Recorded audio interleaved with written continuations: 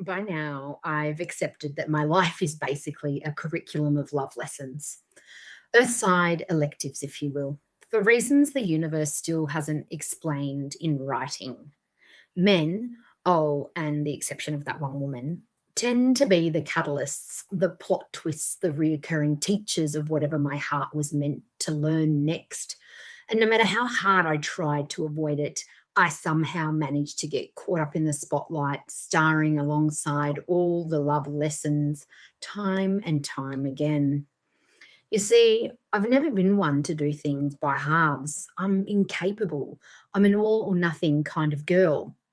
I guess it is this quality in me that has seen me in spots of bother on occasions.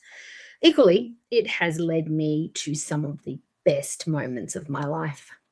I have always worn my heart on my sleeve. I'm an open book, no secrets. But with this go hard or go home approach, I have found myself experiencing extremes in that I love hard, feel deeply, break fully, and regret nothing in true Cristina style. I had met Mr. Unavailable through a mutual friend. He was foreign, mysterious, and funny. He loved a good laugh, much the same as I did. He was the worldly type and super magnetic, an extrovert yet quiet. This walking contradiction happened to tickle my fancy in the most incredible yet terrifying of ways. He seemed to speak my language. We became friends, the comfortable, instant kind, the why do I trust you already kind, the oops, I'm telling you personal shit I don't tell anyone else kind. At first, it wasn't so apparent to me that this was anything more than a friendship. I spoke and he listened, really listened, patient, present, curious. And somewhere in all that ease lived a connection that made the air feel charged.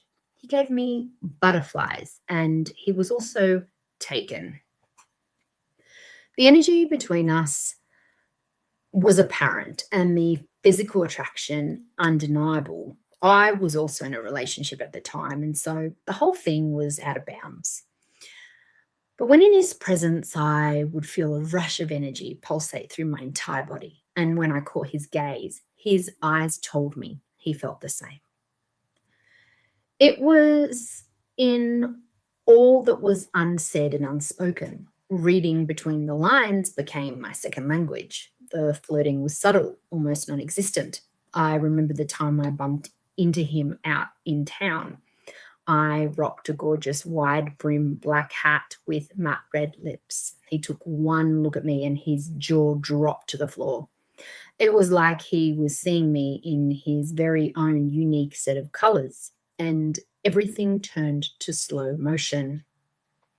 I felt deeply desired. It was magic, and I knew that in that moment I was all he could see. The chemistry between us required no translation, and just like that, the ping pong game of passion commenced its takeover. Months passed. The tension tightened, the connection deepened until it was almost an energetic relationship of its own, even though we had never even touched. And then, just like that, he shut down, distant, cold. He limited his interactions with me, and slowly there was no acknowledgement of me even existing anymore. He pulled the plug on our friendship without explanation, and I was left gutted, confused, and more hurt than I wanted to admit. Honesty was missing for me. I had no idea why I was exiled. The silence lasted months, and I learned a few important things. One, my feelings for him were real, deeper than just chemistry. Two, if my heart could wander, something fundamental wasn't right, and I should probably end the relationship I was in. So I did. Mr. Unavailable helped me see the cracks in that relationship, which I might not have seen had those feelings not been present. He unintentionally held up the mirror I desperately needed. I had had enough of the stonewalling, and after months of this, I confronted him about it. I missed him. His explanation? It's complicated and fucked up. No details, just fog. But I pushed the issue enough that he agreed to patch the friendship, and so it was. Except it wasn't. We went back to being friends with an extremely complicated undercurrent of emotions that was too hard to decipher, even for a seasoned intuitive like me. Then, after I became single, my imagination ran wild with what ifs and maybes that did not exist. Could this be something one day? I got invested, building fantasy futures on foundations that would never be, sending my energy to something that was not real, creating more heartache than any human deserves in one lifetime. It all reached a breaking point one evening when we were alone. We slipped into a dreamy eyed, slow burning stare, the kind that announces trouble before it arrives, fueled by intentions that were not going to end well, given his unavailability. My intuition screamed louder than the chemistry, and in that moment, my heart spoke too sternly, and I swiftly left his house, both of us avoiding any wrongdoing. The very next night, I met a Mr. Right Now, a man that would go on to play a very important role in my life, the hard teacher, the petty tyrant, the wounded man child I would love momentarily yet eternally. We did life together for the next few years. It became a distraction, a detour. And because life is poetic like that, I never actually processed the wound that Mr. Unavailable had left behind. Instead, I buried it deep. But the universe has a funny way of allowing us to heal when we are ready, and in doing so, presents us with the opportunity to feel over and over again. Years later, I bumped into Mr. Unavailable on the street, and he was now even more unavailable as he had gotten married. We spoke briefly. He looked at me with those eyes. It triggered me. Something switched back on, and it had been switched off the entire time I had been with Mr. Right Now. We agreed to meet for coffee. Even though it had been years, for me, it felt like no time had passed. Sat across from him, searching for the old spark, the pull, the feelings, the magic, but I couldn't. I looked for the connection, but it was gone. The story had ended, and somehow that left me feeling empty and sad again. Not because I wanted him, but because I hadn't realized I'd never closed that chapter properly. The thing is, our unresolved wounds always find a way of catching up with us. And the universe doesn't let you skip your homework, not when it matters. I realized that Mr. Right Now had swept me up in the tornado of new love and distracted me long enough to forget about my feelings for Mr. Unavailable. I remember driving home after catching up with Mr. Unavailable and realizing I couldn't find my wallet. I rang him, turned the car around, and raced back to the cafe, only to discover it had been in my car the entire time. But the moment I stepped out of the car and we found it, something in me shifted. My heart took over completely. Cristina, it's time. End this, be honest, now. So I was. I got real and honest with him right then and there, standing on the footpath. I admitted the feelings that I once had and what that meant for me. I told him I knew on some level how he'd felt too, and that it was okay. I thanked him for the role he'd unknowingly played in my life. The universe really does love a romantic healing window.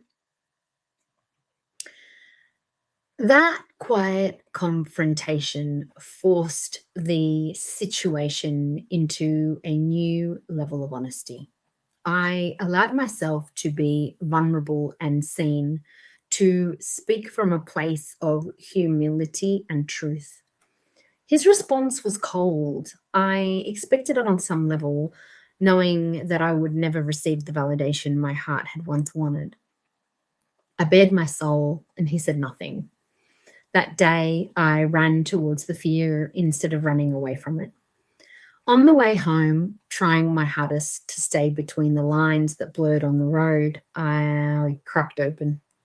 My heart sobbed. I got angry. I felt the sadness, and I finally released it all. I won't sugarcoat it. The evening of the catch up and the days that followed were intense, like the whole experience, really. Holy cow. The floodgates opened and the release began on a grand scale. Years of suppressed feelings erupted. I felt ridiculous and human all at once.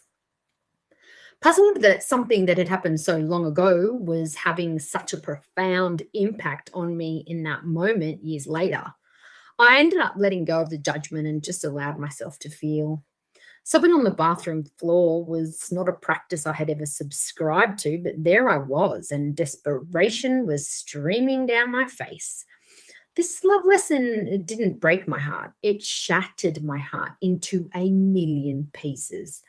It left me no option but to surrender and begin to examine everything that had been buried for so long. I realized he was merely an opportunity for me to heal and clear out more of my worthiness wounds. I was able to understand that it had to be major, or I would have kept on ignoring it and it would have remained buried. So, even though I was sort of left scratching my head a little with this one, confused with what exactly had happened, was it all in my head? Was it real? Did I imagine the whole thing? Was it just my light bulb moment, my catalyst for change? But the truth is, it doesn't matter. I was able to face my buried feelings and face what needed to be healed within me. Surrendering to the lesson is half the battle. Having the willingness to travel to the depths of our heart and look at the darkness inside is the other. But when we do, we return to ourselves clearer, softer, stronger, and more in alignment with who we really are, beings capable of unconditional love. Day by day, the heaviness lifted and reached a place of peace. I sent gratitude to Mr. Unavailable. I thanked him for teaching me that I'm worth so much more than second best and that I'm worthy of being chosen in love. Living fiercely without regrets and loving deeply is my norm. It's who I am. I'm all in. Now, with absolute clarity, I claim my birthright to choose love and to be chosen in love.